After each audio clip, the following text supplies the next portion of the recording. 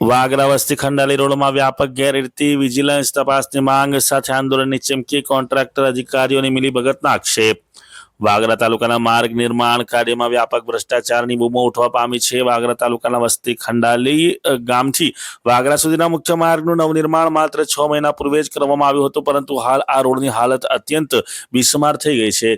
રોડનું પ્રથમ લેયર તૂટી ગયું છે, ઠેર ઠેર ખાડા પડી ગયા છે અને નિયમો મુજબ રોડની બંને બાજુએ પુરાણ પણ કરવામાં આવ્યું નથી। ભરૂચ જિલ્લા યુવા કોંગ્રેસના ઉપપ્રમુખ ઇમ્તિયાઝ પટેલે આક્ષેપ કર્યો છે કે કોન્ટ્રાક્ટર અને સરકારી અધિકારીઓની મિલીભગતને કારણે પ્રજાના ટેક્સના પૈસાનું ધોવાણ થઈ રહ્યું છે અને હલકી ગુણવત્તાનું મટીરિયલ વાપરીને ભ્રષ્ટાચાર આચરવામાં આવ્યો છે। કોંગી નેતાએ વહીવટીતંત્રને આડે હાથ લેતા સવાલ કર્યો છે કે જ્યારે આ રોડનું કામ ચાલતું હતું ત્યારે એન્જિનિયરો અને સ્થાનિક પદાધિકારીઓ ક્યાં હતા। તેમણે માંગ કરી છે કે આગામી 7 દિવસમાં આ રોડના કામની ઉચ્ચ સ્તરીય તપાસ કરવામાં આવે અને જરૂર પડે તો વિજિલન્સ તપાસ કરાવી દોષિતો સામે કડક પગલાં લેવામાં આવે અને જો 7 દિવસમાં યોગ્ય ઉકેલ નહીં આવે અને રોડનું કામ ફરી શરૂ કરવામાં નહીં આવે તો સ્થાનિક રહીશો અને યુવાનોને સાથે રાખીને રોડ રોકો આંદોલન કરવાની ચીમકી પણ આપવામાં આવી છે। આ મામલે હવે તંત્ર કેટલી ગંભીરતાથી તપાસ કરે છે તે જોવાનું રહ્યું।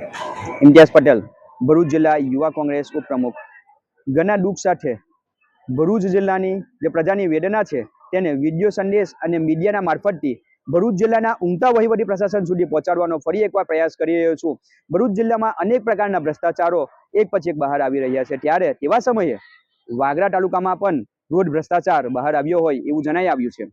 વાગરા તાલુકામાં આવેલ વસ્તી ખંડાલી ગામથી લઈને વાગરા સુધીના મુખ્ય રોડનું નવનિર્માણ જે છેલ્લા 6 મહિના પૂર્વે કરવામાં આવ્યું હતું, એ રોડમાં કોન્ટ્રાક્ટર દ્વારા કે પછી સરકારી બાબુઓ દ્વારા મિલીભગત કરીને આ જે પ્રજાના ટેક્સ રૂપી પૈસા છે તેને ધૂળમાં મેળવવાનું ષડયંત્ર થયું હોય એવું પ્રથમ દ્રષ્ટિએ જણાઈ આવે છે। કારણ કે કોન્ટ્રાક્ટર દ્વારા એકદમ હલકી ગુણવત્તાનો મટીરિયલનો ઉપયોગ કર્યો હોય એવું જણાઈ આવે છે, જેમાં 6 મહિનાના અંદર ઉપર લગાડવામાં આવે પ્રથમ લેયર તૂટી ગયેલું છે, રોડ ઉપર ખાડા પડી ગયેલા છે, રોડની બંને સાઈડમાં કોઈ પણ પ્રકારનું પુરાણ કરવામાં નથી આવ્યું, રોડની જે પહોળાઈ હોવી જોઈએ નિયમો અને સર્ટી નિયમો અનુસાર એ રોડની પહોળાઈ પણ નથી। રોડના અંદર દિશા સૂચક કોઈ પણ પ્રકારનું બોર્ડ લગાવવામાં નથી આવ્યું। ત્યારે હું વહીવટી પ્રશાસનને વિડીયો મારફતે પૂછવા માંગુ છું કે જે સમયે આ રોડનું કોન્ટ્રાક્ટર દ્વારા ભ્રષ્ટાચાર આચરવામાં આવ્યો હતો તે સમયે તમારા એન્જિનિયરો ક્યાં હતા। અહીંયા ચૂંટાયેલા સ્થાનિક તાલુકા પંચાયત અને જિલ્લા પંચાયતના હોદ્દેદારોને પૂછવા માંગુ છું કે જે સમયે કોન્ટ્રાક્ટર દ્વારા આ હલકી ગુણવત્તાનો ઉપયોગ કરીને પ્રજાના પૈસાને ધૂળમાં મેળવવાનો પ્રયાસ કરી રહ્યો હતો તે સમયે તમે લોકો ક્યાં હતા।